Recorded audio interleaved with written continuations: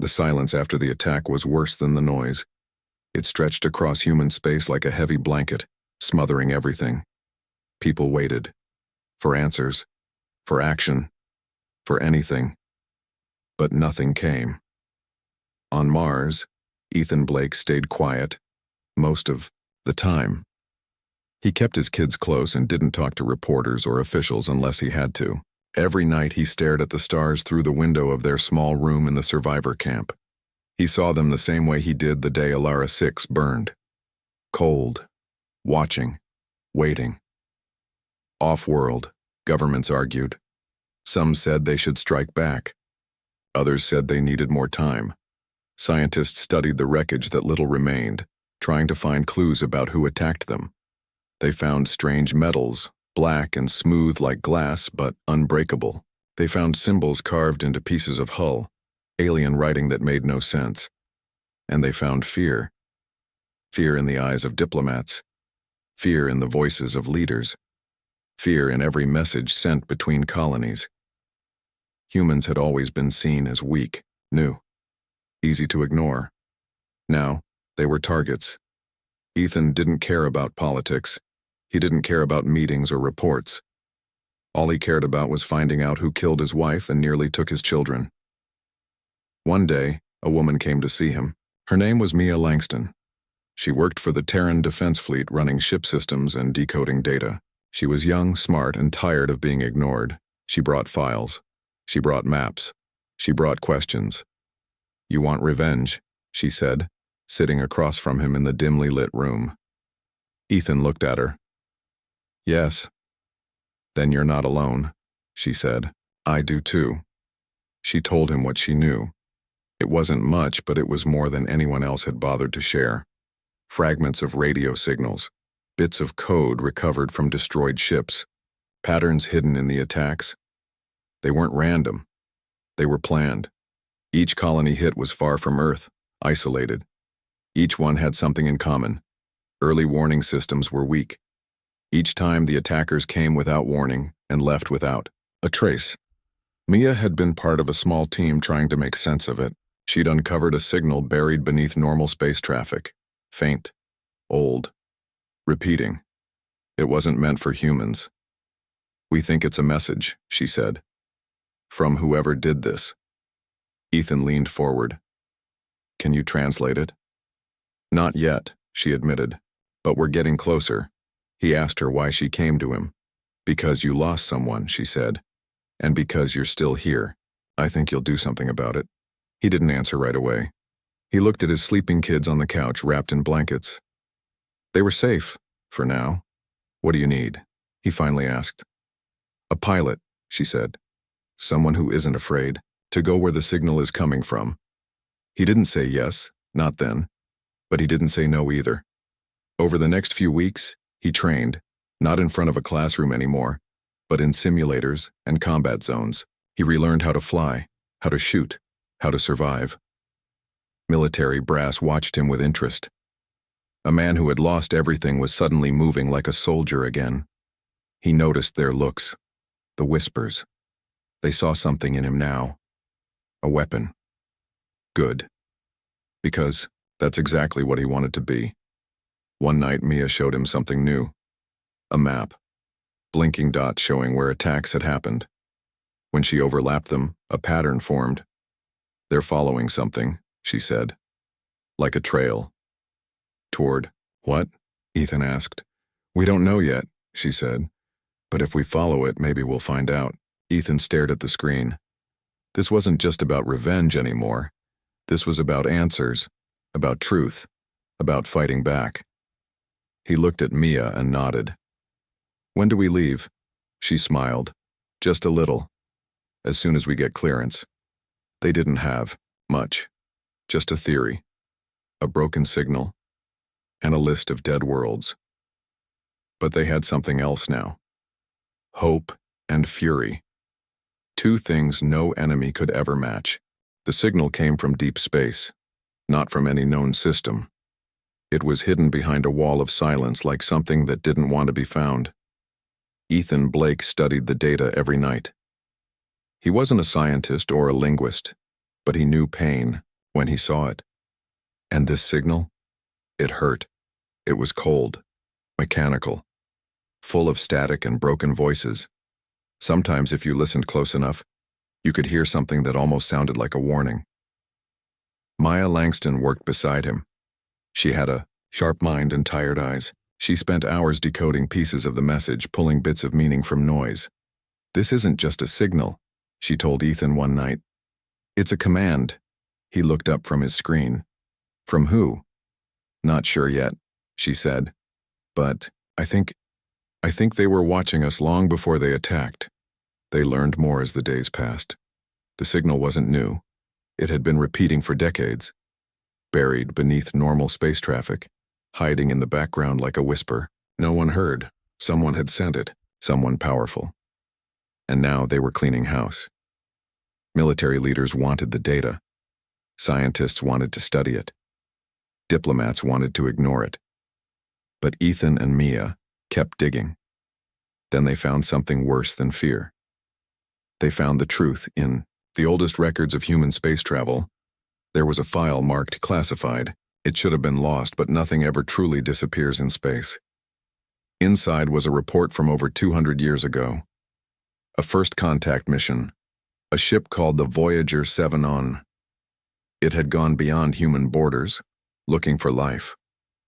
What it found was waiting.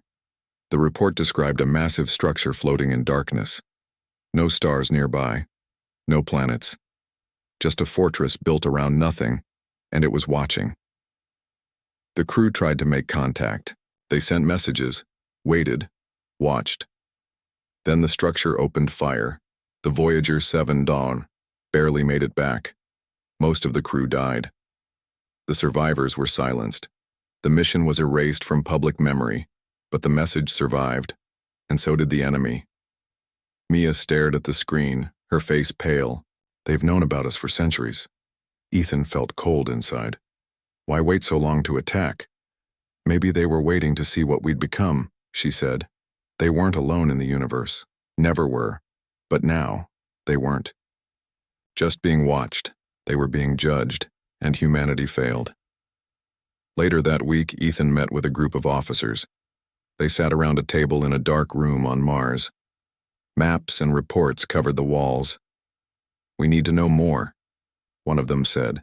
"Who they are, where they come from. Why now?" Ethan leaned forward.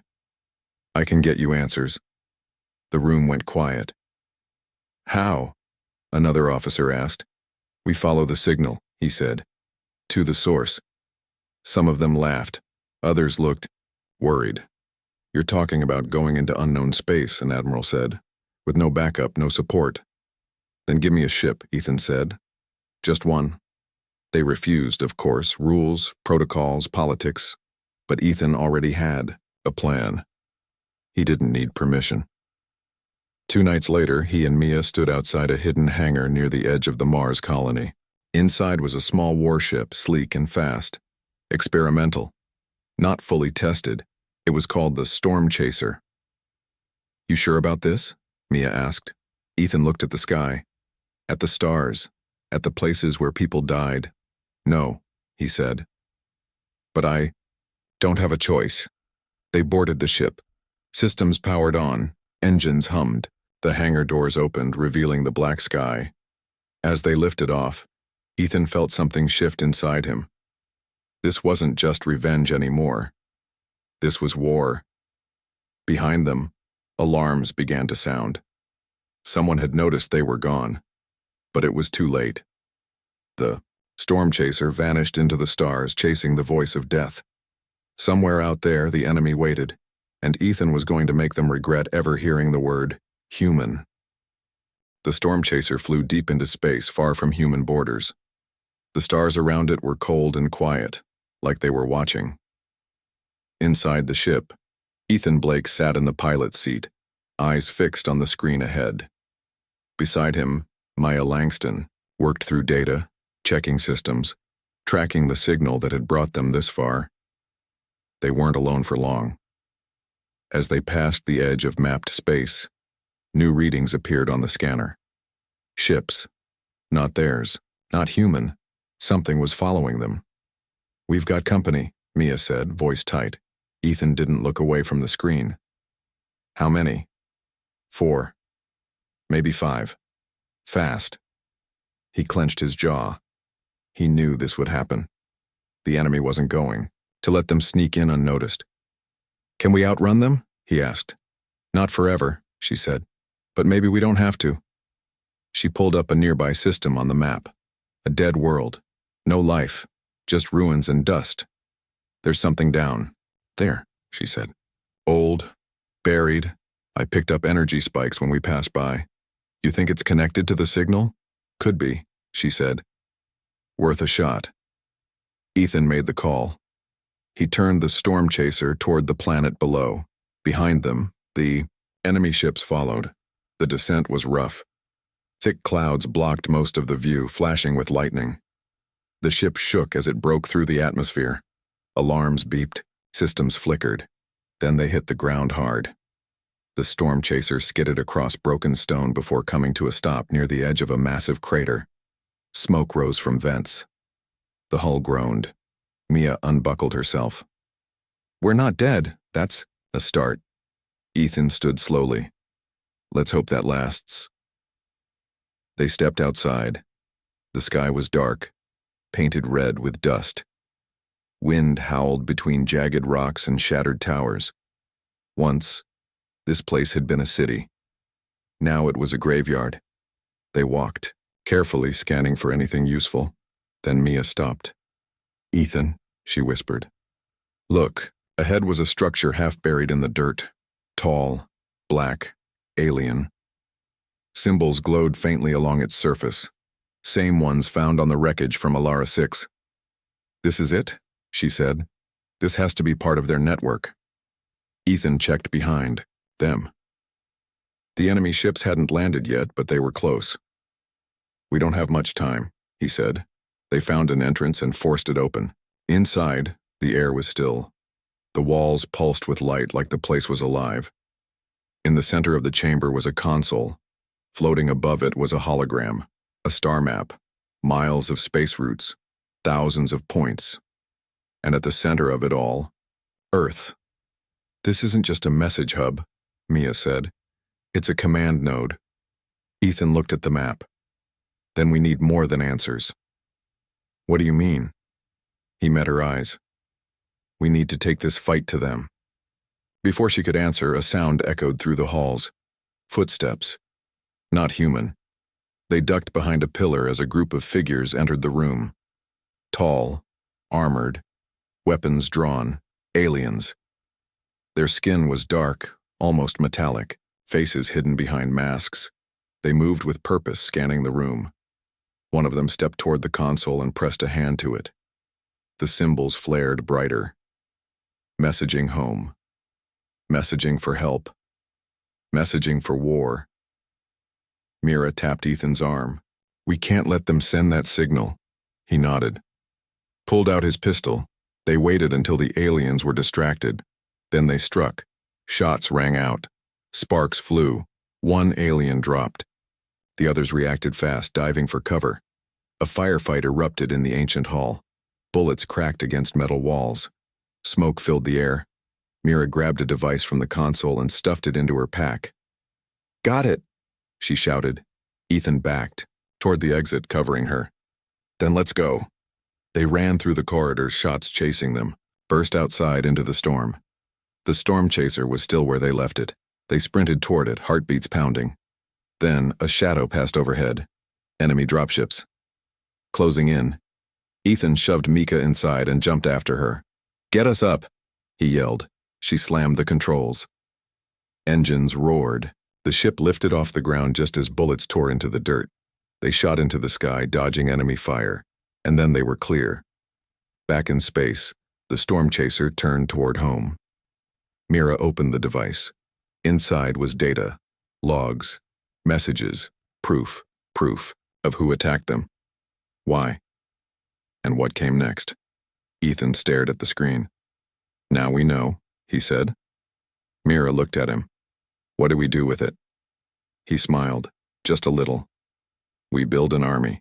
The storm chaser returned to Mars under heavy guard. 5 fighter jets flew alongside it, keeping watch.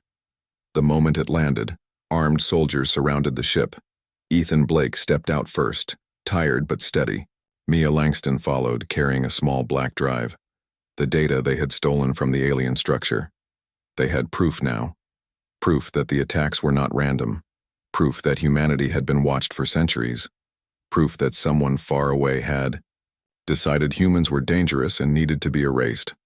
Inside a dark room beneath the surface of Mars, Ethan and Maya stood before a group of leaders. Generals, scientists, politicians, all waiting.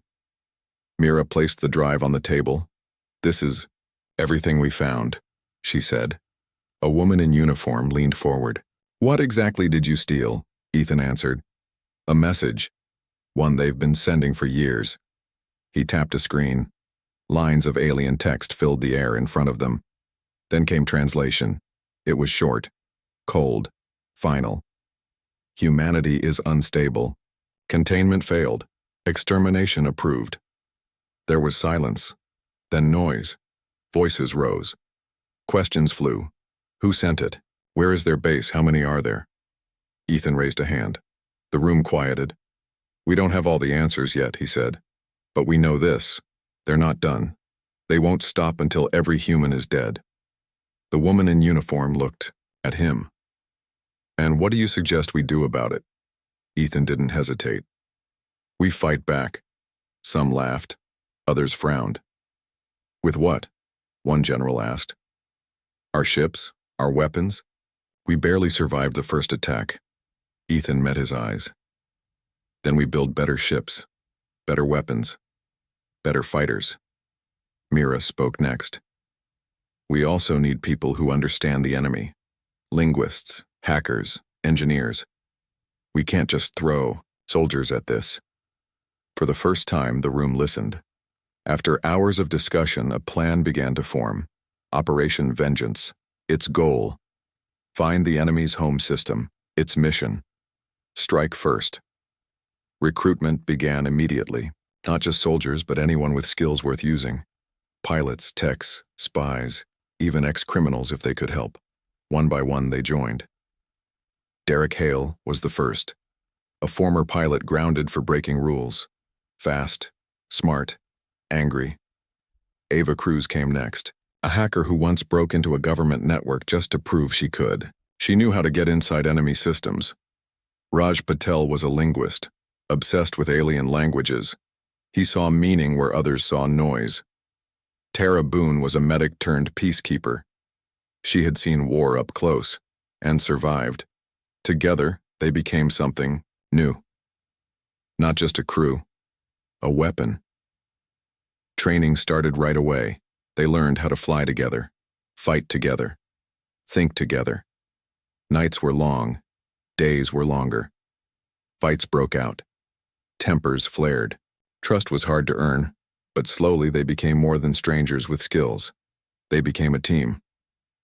On the day they boarded the storm chaser for the first real mission, Ethan stood at the front. "We're going into unknown space," he told them. "No backup, no guarantees. We follow the signal, find the enemy, and make them pay." Derek looked at him. "You really think we can win?" Ethan smiled just a little. "We don't have to win. We just have to make them afraid." Mira checked the engines. "Ship's ready." Ethan walked to the cockpit, sat down, looked at the stars ahead. "Then let's go scare the hell out of them." The storm chaser lifted off, left Mars behind as they jumped into deep space. The stars blurred. Somewhere out there the enemy waited, and now so did humanity. Not as victims, not as prey, as hunters. The storm chaser flew deeper into space than any human ship had gone before. The stars outside were strange, like they didn't belong to the same sky. Inside, the crew moved through their routines like ghosts. Tension filled the air. Not from fear, just waiting. For what? None of them wanted to say out loud. Ethan Blake sat in the pilot's seat, eyes fixed on the navigation screen. Beside him, Mia Langston worked quietly, adjusting their course based on the alien signal they had. "Stolen. We're close." she said after a long silence. Ethan nodded. How close? A few more jumps, she said. If the data's right, we'll find something soon. Behind them, Derek Hale leaned against the wall, arms crossed. You sure this isn't just a dead end? Mira looked at him. No, but I'm sure it's worth the risk. Derek didn't argue, he didn't have to. They all knew the risks. They had left behind everything familiar. Earth, Mars, home. Now there was only forward. Then the alarms blared. Contact, Micah shouted from the back. Everyone snapped into action. On the screen, red dots appeared. Enemy ships. Fast. Closing in. They found us, Ethan said, gripping the controls. Or we walked right into their trap, Derek added. Either way, Ethan said, we don't stop. He pushed the throttle forward. The storm chaser shot ahead, engines roaring. Enemy ships fired. Beams of red light cut through space, missing by inches. Return fire, Ethan ordered. Ava crews hit the weapons. Console, missiles launched. One enemy ship exploded in a flash of white, but more came. We can't win a straight fight, Mia said. We need to run. Run where? Tara asked. There's nothing out here. Raj Patel spoke up from his station. Maybe that's the point. Everyone turned to him. What do you mean? Ethan asked. Raj pointed at the map. This area. It's empty. No planets. No stations. Nothing. But the signal comes from here. So why attack us now? Derek asked. Because we're getting close, Raj said. And they know it. Ethan made a choice. Brace yourselves, he said. He pulled the ship into a sharp turn, diving toward a field of floating debris. Broken hulls. Old wreckage. Pieces of dead ships. Some were human. Most weren't. Where are we going? Mia asked. Into the graveyard, Ethan said. The storm chaser weaved between the ruins. Enemy ships followed, but slower. Less certain. Ethan used the terrain. Dodged, behind massive chunks of metal. Fired from cover. Took out 2 more ships. Then one last enemy fighter broke off. The rest were gone. The storm chaser drifted in silence. That was too easy. Derek muttered. No, Raj said. It was a warning. Ethan stared at the wreckage around them. Then we're getting warmer. They scanned the area.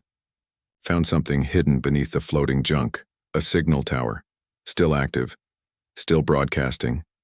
Mira got to work. Within minutes, she cracked part of the code. It's another message, she said. But this one's different. How? Ethan asked. She looked up. This one's not meant for humans. Then who? Them, she said. Their own kind. Ethan stepped closer. Are they fighting each other? Raj nodded. Looks like it. Mira kept decoding. More lines of text appeared. Betrayal. Civil war. Division. Some of the enemy wanted to destroy humanity. Others wanted to study them to understand. They're not united, Ethan realized. They're falling apart. Maybe that's why they attacked now, Raj said. To prove strength. To win favor. Ethan thought about Alara 6. About Lila. About Danny and Claire. Doesn't matter, he said. They still killed millions. Mira looked at him. What do we do now? He stood tall. Now, he said, we find the ones who want to fight us and we make sure they lose. Outside, the stars burned cold. But inside the storm chaser, something else burned hotter. Not fear, not hate, something stronger. Hope and fury. And somewhere ahead, the enemy. Waited, ready or not, humanity was coming. The storm chaser returned to human space like a ghost from the dark. Battered, tired, but alive. Behind it were the stars where no human had gone before. Ahead was home. Mars was the first stop. The crew stepped off the ship into bright lights and waiting soldiers. They had been gone for weeks, maybe longer. Time felt different out there, where the stars didn't know your name. Ethan Blake walked first, his boots heavy on the ground. Behind him came Mia Langston, carrying the data, drive like it was gold. Then Derek Hale, Ava Cruz, Raj Patel, and Tara Boone. Each of them changed by what they had seen. They weren't just explorers anymore. They were warriors. Inside a high-security building, they met with leaders again. Generals, scientists, politicians. All waiting for proof, waiting for hope, waiting for war. Ethan placed the drive on the table. "We found their signal tower," he said, "and something else." Mira played the translated message. Alien voices filled the room, broken, angry, divided. Some wanted peace, some wanted study, but most wanted death. "They're not united," Raj said, "but the ones who want us dead are winning." A general leaned forward. "Then we don't have much time," another voice spoke. Older, calm. "If they're fighting among themselves, can we use that?" Mira shook her head. "Not yet. We need more than tricks. We need strength." Ethan looked at the people around the table. "We've spent too long, running, hiding, asking for help. It's time we stood up." He paused. "It's time we fought back." Silence followed. Then the questions began. How? With what? Who will lead? Ethan didn't answer. He didn't have to. Others did. On Earth, governments held emergency meetings. Nations that hadn't worked together in years now shared secrets. Ships, weapons, plans. Colonies sent volunteers, pilots, engineers, fighters. For the first time in history, humanity was one, not because of fear, because of fury. In the days that followed, new bases opened. Old factories roared to life. Once empty docks filled with ships under construction. Terraforming tech became planet-killer weapons. Mining drones turned into attack swarms. Peacetime AI became war machines. Humans were not built for war, but they learned fast. Back on Mars, Ethan trained new recruits, taught them how to fly, how to fight, how to survive. Derek flew test missions in experimental fighters, showed others how to dodge enemy fire. Ava hacked into old alien networks, found weaknesses, passwords, codes. Raj worked with linguists to understand more of the enemy's messages, to learn their names, their fears. Tara helped set up field hospitals, knew that even the best plans ended in blood. Mika stood beside Ethan as they watched a new fleet take shape. "You think we can win?" she asked. Ethan looked at the sky, at the ships rising above the red dust. "Doesn't matter if we can win," he said. "Only that we make them regret ever attacking us." Then came the call. Enemy ships had been spotted near a colony world, not far from Earth. It was happening again, but this time, humans were ready. Ethan gathered his team, gave them one last look. "This is it," he said. "First real battle." Derek grinned. "About time." Ava cracked her fingers. "Let's break their network." Raj checked his gear. "I'll be ready to translate anything we find." Tara stood tall. "I'll patch you back together." Mira looked at Ethan. "You sure about this?" He nodded. Never been more sure of anything. Outside, the storm chaser waited. Its engines hummed. Its weapons were loaded. Its crew was ready. As they boarded, the alarm sounded across the base. Ships were launching. Fighters took to the sky. For the first time in history, humanity was not running. They were going to war. Not as victims. Not as prey. As hunters. And this time, they would not miss. The sky above Nova 9 burned red. Not from the sun, but from fire. Ships fell like stars torn from the sky. Explosions lit up the clouds. Screams filled the air. This was the first real battle. Not a raid. Not a strike. A war. The enemy had come in. Force. Black ships filled the sky like a storm. They dropped death from above. Buildings shattered, roads cracked, people ran. But this time, humans fought back. From orbit to ground, the human fleet answered the call.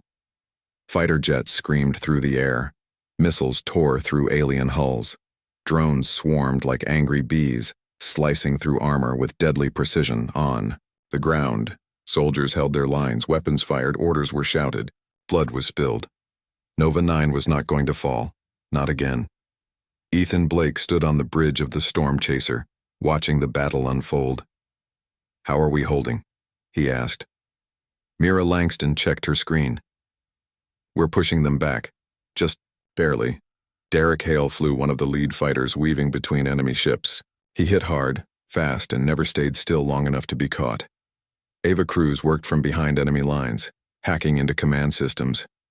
She turned enemy turrets on themselves, cut off comms, blinded whole squads. Raj Patel moved through the chaos, translating captured messages, warning humans where the next attack would come. Tara Boone moved among the wounded, hands steady even as the world shook around her. They were all doing their part. But it wasn't enough.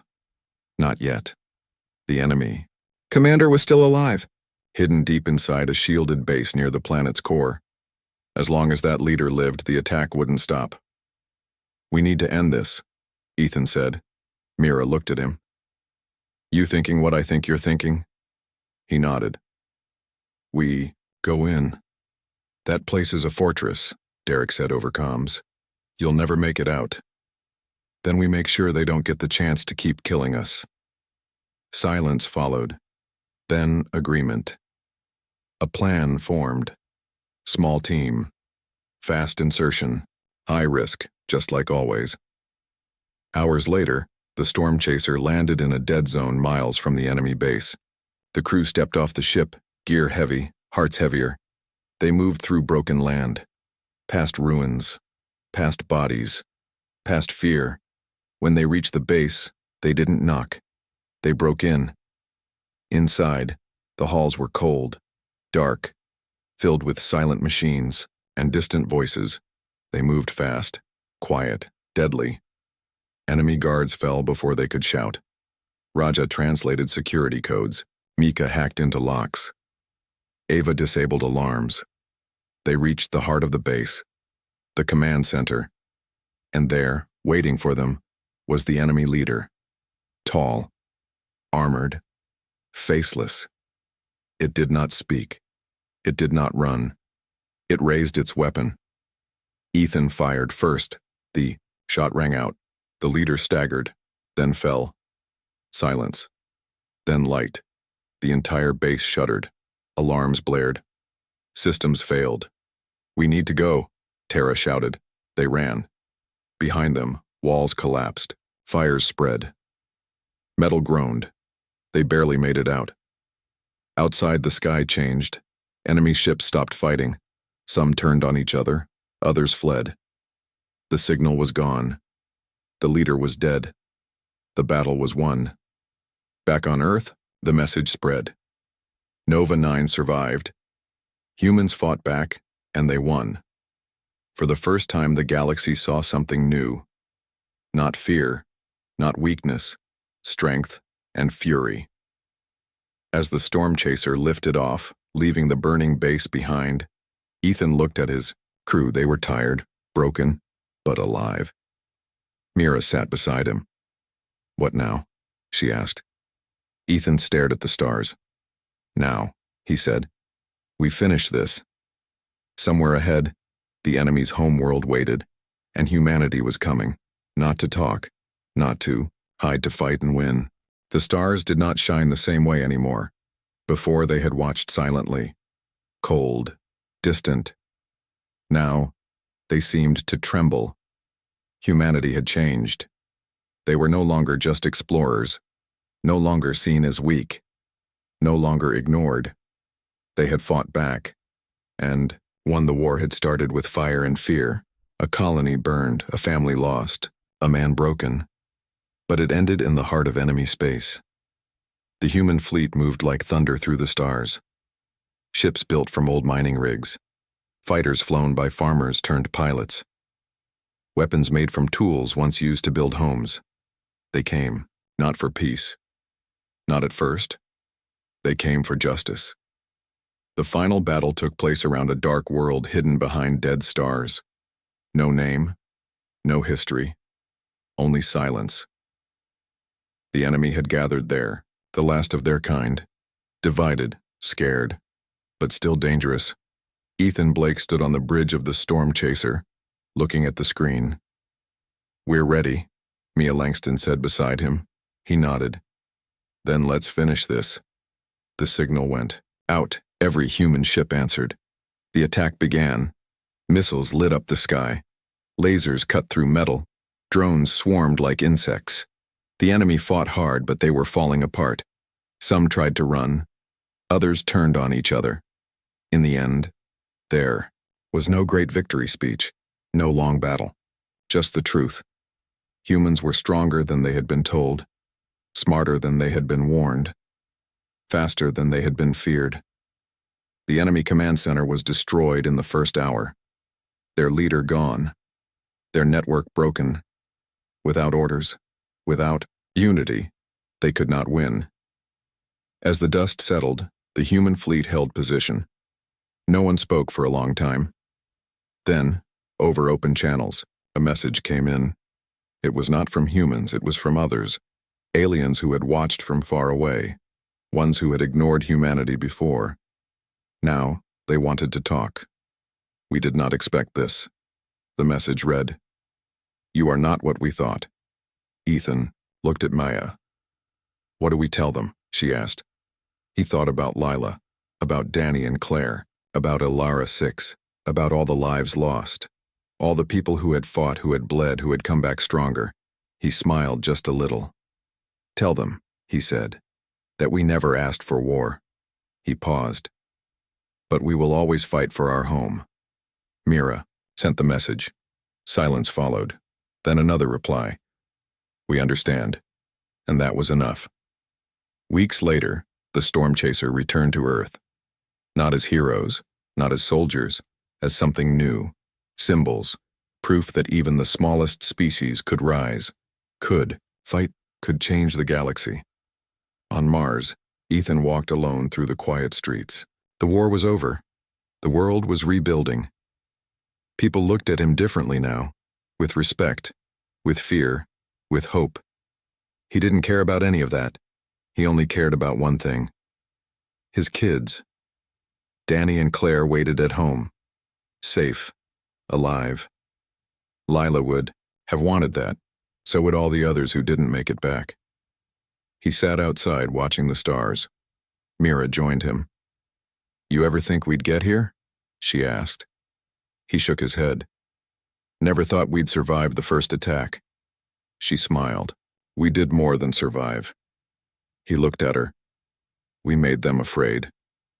She nodded. "Yeah, we did."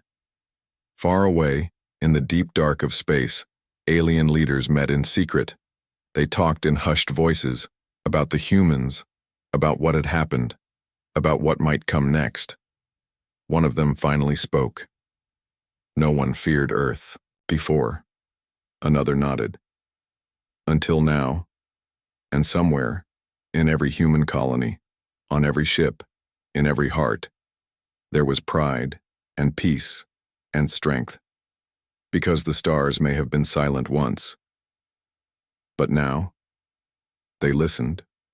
To Earth, the stars did not shine the same way anymore.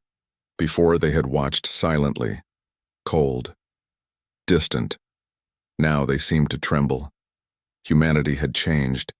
They were no longer just explorers, no longer seen as weak, no longer ignored. They had fought back and won. The war had started with fire and fear.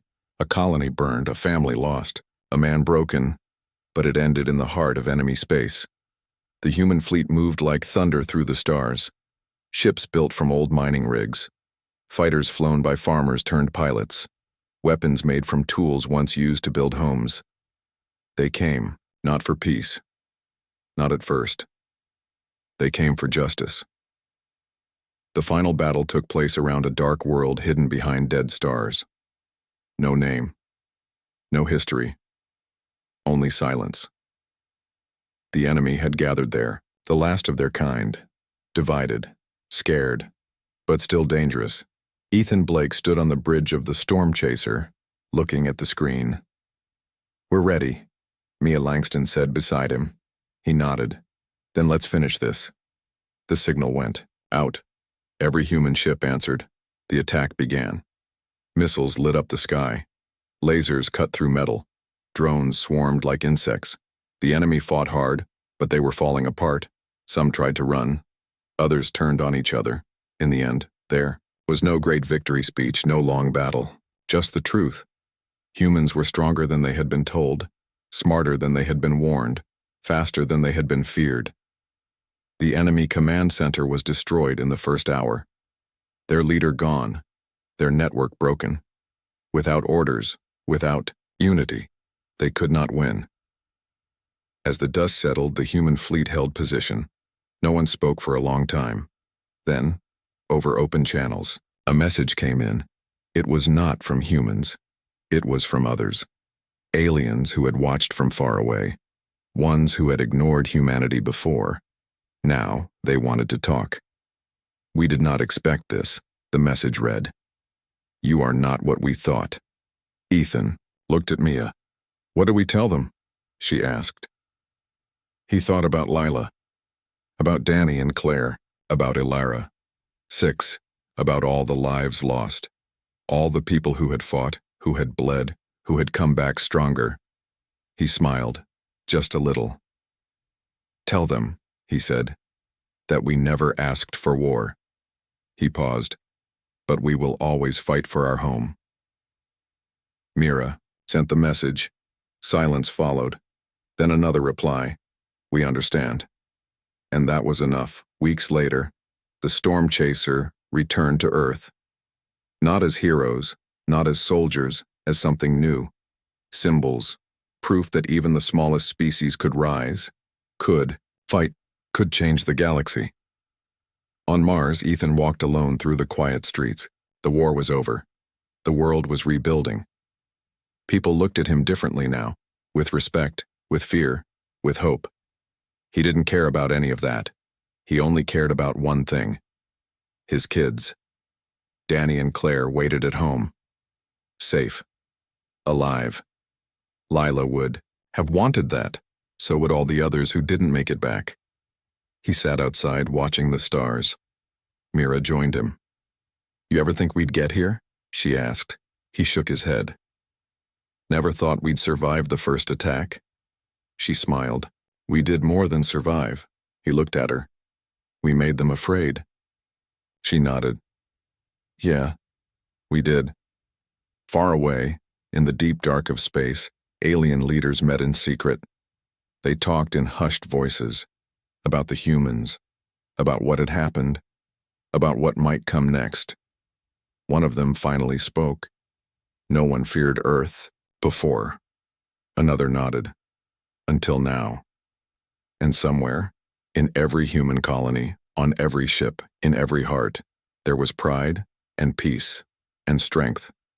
Because the stars may have been silent once, but now, they listened to Earth.